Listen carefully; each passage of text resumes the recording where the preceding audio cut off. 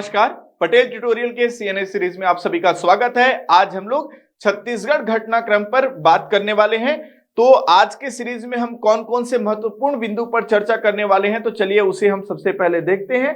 तो आज के सीरीज में हम लोग धान बोनस वितरण कार्यक्रम, कन्हार पत्रिका का विमोचन, अटल मॉनिटरिंग पोर्टल, प्रधानमंत्री आवास, तेंदुपत्ता संग्रहण दर एवं बोनस, अगले 5 साल मुफ्त चावल, शक्तिपीठ परियोजना, बीसीसीआई का पहला international cricket stadium, CIMS and CIT, Krishak Unnati योजना, महतारी वंदन योजना, दीनदयाल उपाध्याय कृषि मजदूर कल्याण योजना, आयुष्मान भारत, स्वस्थ छत्तीसगढ़, छत्तीसगढ़ उद्यम क्रांति योजना, रानी दुर्गावती योजना, गैस सिलेंडर जैसे महत्वपूर्ण बिंदुओं पर आज हम चर्चा करने वाले हैं।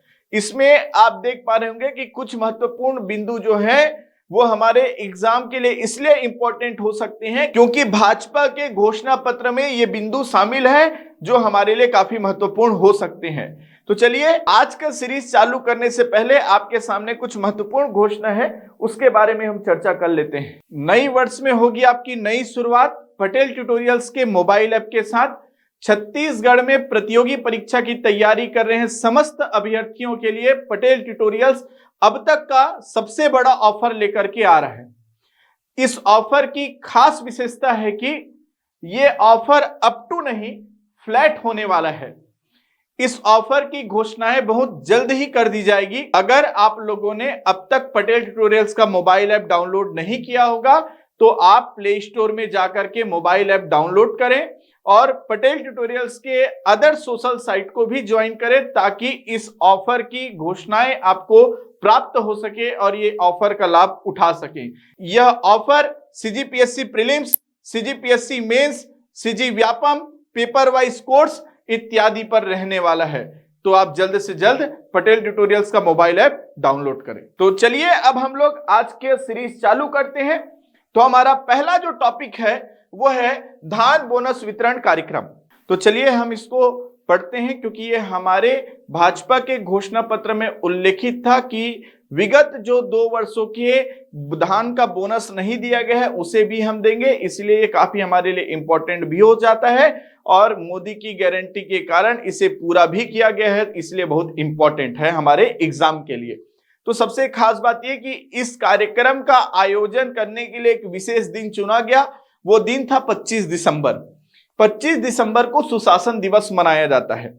25 दिसंबर को धान बोनस वितरण कार्यक्रम का आयोजन रायपुर जिला के अभनपुर ब्लॉक के बेंद्री गांव में किया जाता है। ध्यान रखिएगा, जिला रायपुर है, ब्लॉक अभनपुर है और गांव का नाम बेंद्री गांव है। क्लियर? तो इसे आपको याद रखना है। बेंद्री गांव, रायपुर जिला, अभनपुर ब्लॉक में किया जाता है सुशासन दिवस पर। होता यह है कि जो 2014, 15 और 15-16, ध्यान रखिएगा कौन कौन सा, तो 2014, 15 क्योंकि ईयर भी आपको पूछेगा और 2015-16 इसमें जो धान उपार्जन हुआ था, इस धान उपार्जित धान की मात्रा पर 300 रुपए प्रति क्विंटल की दर से जो बोनस राशि है वो सीधे किसानों के खाते में ट्रांसफर कर दिया जाता है। तो कितना राशि ट्रांसफर हुआ ये भी आपके लिए इंपॉर्टेंट है, तो ध्यान रखिएगा। वो राशि था 3,716 करोड़ रुपए। 3,716 करोड़ रुपए किसानों को दिया जाता है बोनस के रूप में। कितने किसान लाभान्वित होते हैं ये भी आपके लिए इंपॉर्टेंट हो सकते हैं, इसीलिए ध्यान रखिएगा 11,76,815 किसान। कितना? 11,76,815 किसानों को बोनस राशि दिया जाता है। याद रखिएगा इस दिन कुछ महत्वपूर्ण अन्य योजनाओं के बारे में भी बात की जाती है, जैसे आयुष्मान भारत योजना। इसमें 5 लाख से राशि को बढ़ा करके जो 10 लाख कर दिया गया है उस पर चर्चा होती है। साथ ही साथ में प्रधानमंत्री आवास के लिए और जो चरण पादुका योजना बंद कर दिया गया था उनको भी पुनः प्रारंभ करने की बात कही जाती है। तो चलिए हम लोग इसे आगे पढ़ेंगे, लेकिन अब हमारा जो नेक्स्ट बिंदु क्या है उस पर भी हम चर्चा कर लेते हैं। जो सुशासन दिवस था उसी दिन पर हमारे मुख्यमंत्री जी के द्वारा कन्हार पत्रिका का विमोचन किया जाता है। ये कन्हार पत्रिका जो है वो अटल बिहारी वाजपेयी विश्वविद्यालय जो है उसके कन्हार पत्रिका का विमोचन करते हैं। इसलिए ध्यान रखिएगा, कन्हार पत्रिका का विमोचन सुशासन दिवस पर किया जाता है। अब खास बात यह कि अटल बिहारी वाजपेयी जो विश्वविद्यालय है वो कहां है, तो बिलासपुर में है। इस बातों को भी ध्यान रखना है। अब हमारा इसी दिन और जो पोर्टल के रूप में जारी की जाती है, हम जानते हैं सभी की सुशासन दिवस जो है वो अटल बिहारी वाजपेयी जी का जयंती दिवस है। इसीलिए इसी दिन अटल मॉनिटरिंग पोर्टल का उद्घाटन किया जाता है, मतलब लॉन्च किया जाता है। अब कौन करते हैं, तो हमारे मुख्यमंत्री श्री विष्णुदेव साय जी के द्वारा होता है। सुशासन दिवस के अवसर पर होगा। तो कौन से स्थान से इसको लॉन्च किया जाता है, तो महानदी मंत्रालय से इसे लॉन्च किया जाता है। अब खास बात यह याद रखना है कि इसमें होगा क्या, तो इसमें यह होता है कि जो राज्य सरकार के द्वारा जो संचालित योजना है इस पर सीधे निगरानी रखा जाएगा। याद रखिएगा, अभी वर्तमान में इस पोर्टल पे 23 विभाग में जो 35 योजनाएं जो अभी संचालित हो रही है उस पर सीधे सचिवालय का निगरानी रहेगा। इसीलिए हर योजना पर सीएम सचिवालय की नजर, काम नहीं हुआ तो होगी कार्यवाही, ये इसका उद्देश्य होता है। शासन की योजनाओं के पारदर्शी और बेहतर ढंग से क्रियान्वयन पर रखेगा नजर। कौन रखेगा, तो सचिवालय नजर रखेगा। क्लियर है, याद रखिएगा। अभी इस पोर्टल में 23 विभागों के 35 योजनाएं शामिल हैं जिस पर सीधे प्रत्यक्ष रूप से निगरानी रखा जाएगा। क्लियर है। चलिए नेक्स्ट टॉपिक पर हम चलते हैं। तो हमारा नेक्स्ट टॉपिक है प्रधानमंत्री आवास। जैसे कि बार बार ये बात कही जाती थी कि गरीबों का आवास छीना गया है, गरीबों को हम आवास उपलब्ध कराएंगे, प्रधानमंत्री जी के द्वारा जो प्रधानमंत्री आवास योजना है उनको हम लागू करेंगे। ये जो बातें हैं वो भाजपा के घोषणा पत्र में उल्लेखित था। इसीलिए प्रधानमंत्री आवास में कितने लाख लोग लाभान्वित होंगे ये आपके लिए एग्जाम के लिए इंपॉर्टेंट हो सकते हैं। तो याद रखिएगा 18 लाख जो होंगे वो लाभान्वित होंगे, राशि का आवंटन करेंगे बोलते हैं। और साथ ही साथ में घर घर निर्मल जल अभियान लेकर के आएंगे, मतलब हर घर में नल की सुविधा उपलब्ध कराने की भी बात कही जाती है। इसलिए 2 सालों के अंदर छत्तीसगढ़ के प्रत्येक घर में पीने का पानी उपलब्ध कराएंगे। क्लियर है। तो इस बातों को ध्यान रखिएगा कि आपको 18 लाख ये डिजिट याद रखने जो आपके लिए काम आ सकते हैं। साथ ही साथ में जैसे आप देख पा रहे होंगे कि उस जो सुशासन दिवस के दिन तेंदुपत्ता संग्रहण दर पर भी और उसके बोनस पर भी थोड़ा चर्चा की जाती है। और ये क्या है तो ध्यान से समझिएगा। तेंदुपत्ता जो है वो एक राष्ट्रीय वनोत्पाद है। खास बात यह कि ये लघु वनोपज में गिना जाता है। अब खास बात यह याद रखना है कि इसका जो संग्रहण करते हैं हमारे बस्तर संभाग और सरगुजा संभाग में, तो इसके लिए जो न्यूनतम समर्थन मूल्य राशि है वो पहले 4,000 रुपए था। अब बोल दिया गया है कि 4,000 से हम बढ़ा करके 5,500 रुपए जो होगा वो प्रति मानक बोरा जो है वो तेंदुपत्ता के संग्रहण में दिया जाएगा। खास बात यह कि एक मानक बोरा में 50 बंडल होते हैं और एक बंडल में 1,000 तेंदुपत्ता होता है। तो याद रखिएगा टोटल मतलब एक मानक बोरा में 50,000 तेंदुपत्ता का एक मानक बोरा होगा और उसके लिए 5,500 रुपए राशि वितरण की जाएगी। और साथ ही में इसमें बोनस की भी बात कही जाती है, तो बोनस के रूप में 4,500 रुपए राशि दिया जाएगा। और जो तेंदुपत्ता जो संग्रहण के लिए जो तिथि निर्धारित की जाती है उसमें याद रखिएगा 15 दिन अतिरिक्त दिया जाएगा। तो संग्रहण मौजूदा दिनों से बढ़ाकर 15 दिन तक किया जाएगा। इस बातों को ध्यान रखना है। तेंदुपत्ता को हरा सोना भी कहा जाता है, यह भी ध्यान रखिएगा आप। खास बात यह कि इसके अतिरिक्त को संग्रहण को जो चरण पादुका जो थे योजनाएं 2006 में प्रारंभ की गई थी उसे भी पुनः शुरुआत किया जाएगा। इसलिए आपके लिए ये काफी महत्वपूर्ण हो जाता है। तेंदुपत्ता संग्रहण कितना 5,500 में, बोनस कितना जस्ट 1,000 कम कर दो 4,500 में। क्लियर है, याद रहेगा। अब हम आगे चलते हैं, तो ये आप देख पा रहे होंगे 5500 प्रति मानक बोरा, 4500 तक बोनस। ठीक है, चलिए नेक्स्ट पॉइंट हम चलते हैं और हमारा नेक्स्ट पॉइंट है अगले 5 साल मुफ्त चावल। ये बहुत इंपॉर्टेंट है और ये आपके एग्जाम के लिए बहुत इंपॉर्टेंट होगा।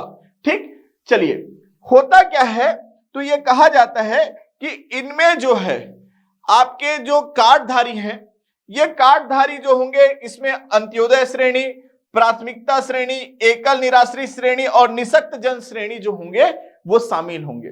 क्लियर, हम जानते हैं कि कुल राशन कार्ड जो है वो 2022-23 आर्थिक सर्वेक्षण के आधार पर 7271 जो लाख हैं वो क्या है, आपके राशन कार्ड धारी हैं। क्लियर, इसमें आपके केवल इन्हीं लोग शामिल हो पाएंगे, इस बातों को ध्यान रखना है। तो इसमें टोटल जो लाभान्वित होगा वो 67,92,000 राशन कार्ड धारी जो परिवार होंगे वो लाभान्वित होंगे, जिसमें कुल सदस्यों की संख्या यदि देखेंगे तो लगभग 2.5 करोड़ के आसपास होगा। तो इन्हें मुफ्त चावल दिया जाएगा, ये बातों को ध्यान रखना है। ये 4 श्रेणी शामिल होगा, ये भी याद रखना है। तो आप देख पा रहे हैं कि किस श्रेणी में सबसे ज्यादा आपके राशन कार्ड धारी दिख पा रहे हैं, तो प्राथमिकता श्रेणी, ये याद रखने आपके लिए काफी इंपॉर्टेंट हो सकता है। साथ ही साथ में ये जो बड़ा फैसला जो है वो राज्य के सभी गरीब परिवारों के लिए काफी महत्वपूर्ण हो जाता है और इस फैसलों को लागू करने के लिए जिला के कलेक्टरों को भी आपका पत्र जारी कर दिया जाता है। इसलिए आप लोग काफी इंपॉर्टेंट याद रखिएगा। लगभग 14 लाख अंत्योदय श्रेणी को मिलेगा फायदा, 52 लाख प्राथमिकता श्रेणी को, एक अप्रोक्सीमेट याद रखिएगा, 37,000 एकल निराश्रित और 15,000 निःशक्त जन। क्लियर है, तो इस प्रकार डेटा को आपको याद रखना है। चलिए अब हम नेक्स्ट टॉपिक में आगे बढ़ते हैं और नेक्स्ट टॉपिक है हमारा शक्तिपीठ परियोजना। जैसा कि आप जान पा रहे हैं कि जो पुराना सरकार था वो राम वन गमन पथ जो लागू किए थे, उसी तर्ज पर ही, उसी आधार पर ही हम अब वर्तमान सरकार के द्वारा एक परियोजना का शुभारंभ किया गया है, वो है शक्तिपीठ परियोजना। ये परियोजना जो है वो उत्तराखंड के 4 धामों के तर्ज पर चालू किया गया है।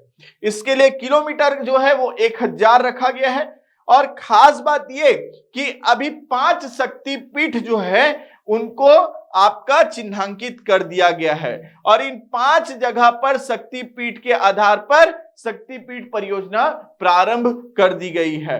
ये 5 शक्तिपीठ कौन कौन से हैं, तो इसे भी आपको याद रखिएगा। तो आपको सबसे पहले सूरजपुर याद रखना होगा। सूरजपुर में आप सभी कुदरगढ़ जानते हैं और कुदरगढ़ में मां बागेश्वरी देवी का मंदिर है। इसी को शक्तिपीठ के रूप में चिन्हांकित किया गया, पहला शक्तिपीठ के रूप में चिन्हांकित कर दिया गया। 5 में से एक शक्तिपीठ कौन सा हो गया, मां बागेश्वरी देवी, मतलब सूरजपुर याद रखिएगा। दूसरा माता चंद्रहासिनी जो रायगढ़ याद रखिएगा, महानदी के तट पर है। तीसरा आपको दंतेश्वरी माता याद रखना है, दंतेवाड़ा में। चौथा बमलेश्वरी माता याद रखना है, डोंगरगढ़ में, मतलब राजनांदगांव जिला। और 5वां आपको याद रखना है महामाया माता रतनपुर। तो इस तरीके से 5 याद रखिएगा। एक मां बागेश्वरी देवी, इसी को कुदरगढ़ी माता करके लिखा गया है क्योंकि कुदरगढ़ पर स्थित है। दूसरा याद रखना है चंद्रहासिनी माता, तीसरा दंतेश्वरी माता, चौथा बमलेश्वरी माता और 5वां महामाया माता। क्लियर है, याद रखना है। तो ये शक्तिपीठ परियोजना याद रखना है, कितने, 5 याद रखना है, आपके लिए काफी महत्वपूर्ण हो सकते हैं। अब हम आगे चलते हैं और हमारा नेक्स्ट टॉपिक है वो है छत्तीसगढ़ में बीसीसीआई का पहला इंटरनेशनल स्टेडियम। अभी बीसीसीआई के द्वारा इसे अनुमति प्रदान कर दिया गया है और इसे कहां खोले जाने का प्रस्ताव रखा गया था, तो बिलासपुर में रखा गया था। इसलिए बीसीसीआई का पहला इंटरनेशनल क्रिकेट स्टेडियम अब कहां होगा, तो बिलासपुर में होगा। तो सर रायपुर में क्या है पूछेंगे तो याद रखिएगा, अगर पहला इंटरनेशनल स्टेडियम आपको पूछता है तो वी नारायण सिंह रायपुर परसदा को आपको विकल्प के रूप में लेना चाहिए। और यदि आपको पूछा जाए कि बीसीसीआई का पहला इंटरनेशनल क्रिकेट स्टेडियम कहां है पूछा जाए, तो आप बिलासपुर आंसर लगाएंगे। 20 एकड़ का लगभग जगह देखने को कहा गया है और यहां पर बीसीसीआई के पहला क्रिकेट स्टेडियम जो है वो बनाया जाएगा। तो इसी प्रकार याद रखिएगा, ये छत्तीसगढ़ का दूसरा इंटरनेशनल क्रिकेट स्टेडियम होगा। पहला कहां है तो परसदा, याद रखिएगा, रायपुर। और ये लेकिन बीसीसीआई का ये पहला क्रिकेट स्टेडियम होगा। क्लियर हुआ? तो इतना हमको याद रखना है। नेक्स्ट टॉपिक है हमारा, वो है आपका सिम्स एवं सीआईटी। तो ध्यान रखिएगा, जिस प्रकार हम मेडिकल कॉलेज की स्थापना करना चाहते हैं या इंजीनियरिंग कॉलेज की स्थापना करना चाहते हैं, तो इसी आधार पर सिम्स और सीआईटी जो है वो खोले जाएंगे। सिम्स का जो पूरा नाम होता है वो Chhattisgarh institute of medical science, और सीआईटी का जो है वो छत्तीसगढ़ इंस्टीट्यूट ऑफ टेक्नोलॉजी होता है। अब मेडिकल कॉलेज है तो मेडिकल में कौन आपका फेमस है? एम्स, तो एम्स के तर्ज पर खोला जाएगा। अगर इंजीनियरिंग कॉलेज खोलना है तो कौन फेमस है? तो आईआईटी, तो आईआईटी के तर्ज पर खोला जाएगा। अब बात ध्यान रखिएगा, जो सिम्स जो है वो 5 संभाग हैं, तो संभागों में खोला जाएगा। और जो सीआईटी जो है, जो हमारे लोकसभा क्षेत्र है छत्तीसगढ़ के 11, उस पे खोला जाएगा। इस बातों को ध्यान रखना है। क्लियर है? आप सभी रिमाइंड कर पा रहे होंगे 11 लोकसभा जो सीट है कौन कौन से हैं, याद है आपको? तो सरगुजा संभाग में आप सरगुजा को याद रख लें। बिलासपुर संभाग में आप 4 लेकर के चले, तो एक बिलासपुर हो जाएगा, एक कोरबा, एक जांजगीर चांपा और एक रायगढ़, और ऊपर में सरगुजा 1 था, तो टोटल कितने हो गए? 5। उसके बाद यदि हम रायपुर और दुर्ग संभाग को दोनों को जोड़ दें तो NH-53 को लेकर के चलना है, जिसमें राजनांदगांव के बाद में दुर्ग, फिर रायपुर, फिर महासमुंद, तो टोटल 4 हो जाएंगे। दोनों में संभाग में 2-2 याद रखिएगा, तो टोटल 4 याद हो गए। ऊपर 5 थे, 5 और 4 9। बस्तर संभाग में 2, एक कांकेर हो गया और एक बस्तर हो गया। इस प्रकार जो 11 लोकसभा क्षेत्र हैं उसे भी आप याद रखिएगा। क्लियर है? अब हम आगे बढ़ते हैं हमारा नेक्स्ट टॉपिक में। नेक्स्ट टॉपिक है कृषक उन्नति योजना। ध्यान रखिएगा, ये योजना बहुत इंपॉर्टेंट हो सकता है। इस योजना के तहत प्रमुख बिंदु हैं, ऐसे पेपर में पूछा जा सकता है, इसलिए आप इसे ध्यान रखिएगा। इस कृषक उन्नति योजना में प्रति एकड़ जो है 21 क्विंटल धान खरीदा जाएगा। पहला बात, आपको कूट के रूप में दिया जा सकता है, तो प्रति एकड़ 21 क्विंटल। धान सामान्य का जो न्यूनतम समर्थन मूल्य 2183 रुपए, याद रखिएगा।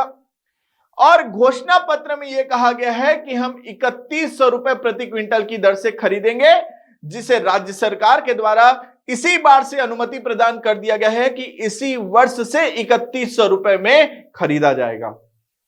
तो 2183 न्यूनतम समर्थन मूल्य और 3100 रुपए के बीच में जो शेष राशि रह जा रहा है वो किसानों को एक मुश्त में प्राप्त होने वाला है। क्लियर है? तो ये याद रखिएगा, इसलिए न्यूनतम समर्थन मूल्य 2183 रुपए में खरीदा जा रहा है।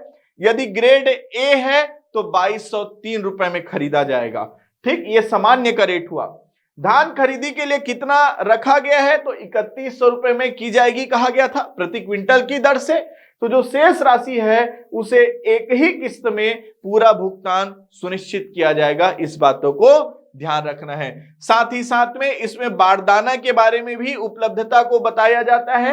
एक मुश्त पर पूरा भुगतान, हर पंचायत भवन में नकदी काउंटर होगा, इस योजना में कहा जाता है। इसलिए कृषक उन्नति योजना आपके लिए इंपॉर्टेंट होगा, इसलिए इसे नोट करें अच्छे से। इसके बाद महतारी वंदन योजना, यह भी बहुत इंपॉर्टेंट होगा। महतारी वंदन योजना के लिए खास बात यह कि राशि आपको पूछा जाएगा तो वो वार्षिक राशि है 12,000 रुपए।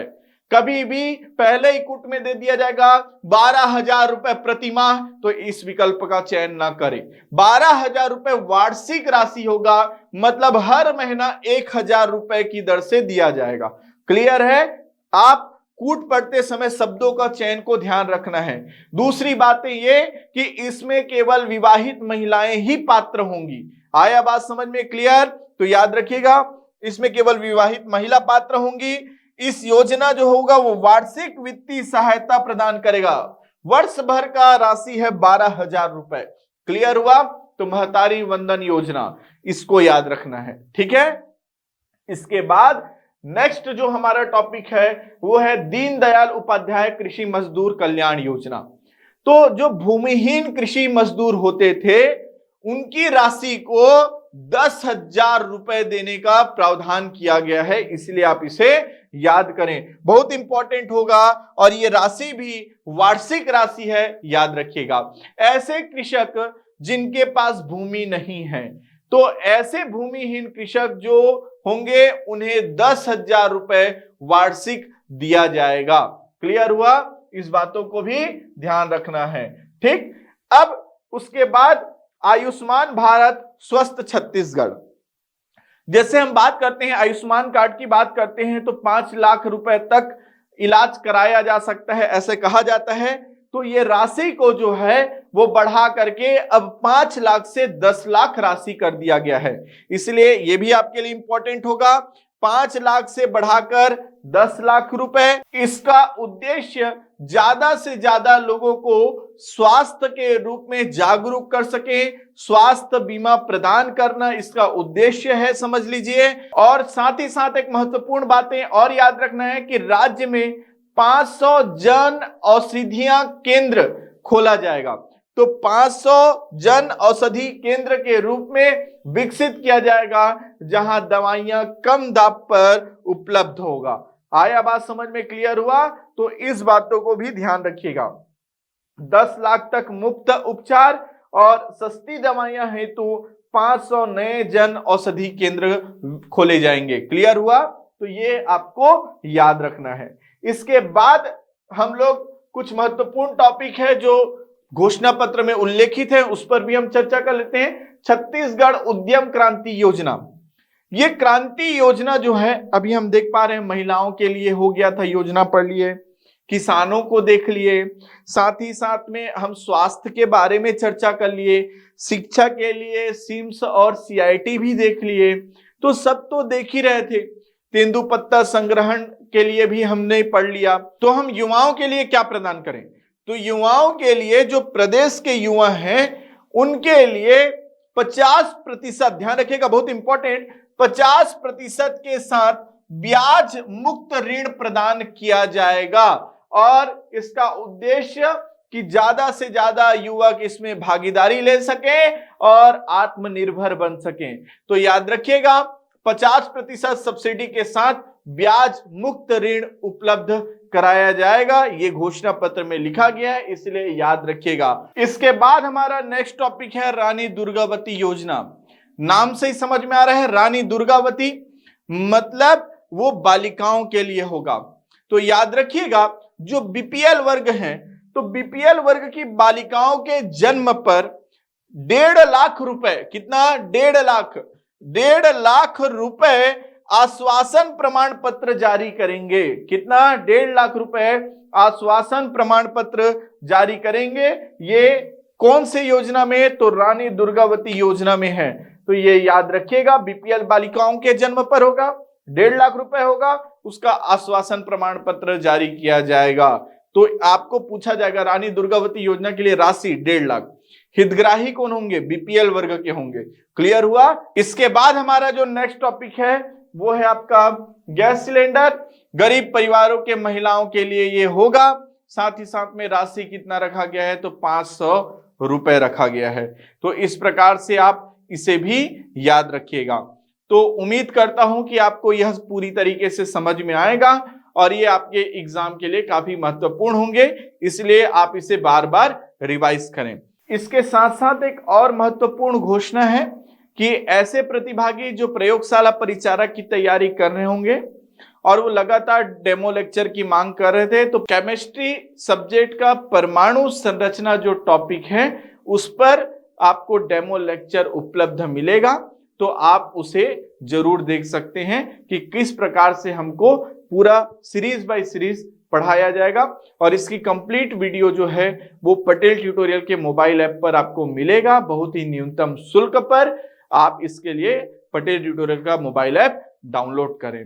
और साथ ही साथ में पटेल ट्यूटोरियल के जो यूट्यूब चैनल है उसे सब्सक्राइब भी जरूर करें। उम्मीद करता हूं कि आज का जो लेक्चर सीरीज है वो आपके एग्जाम के लिए काफी इंपॉर्टेंट होगा। Thank you.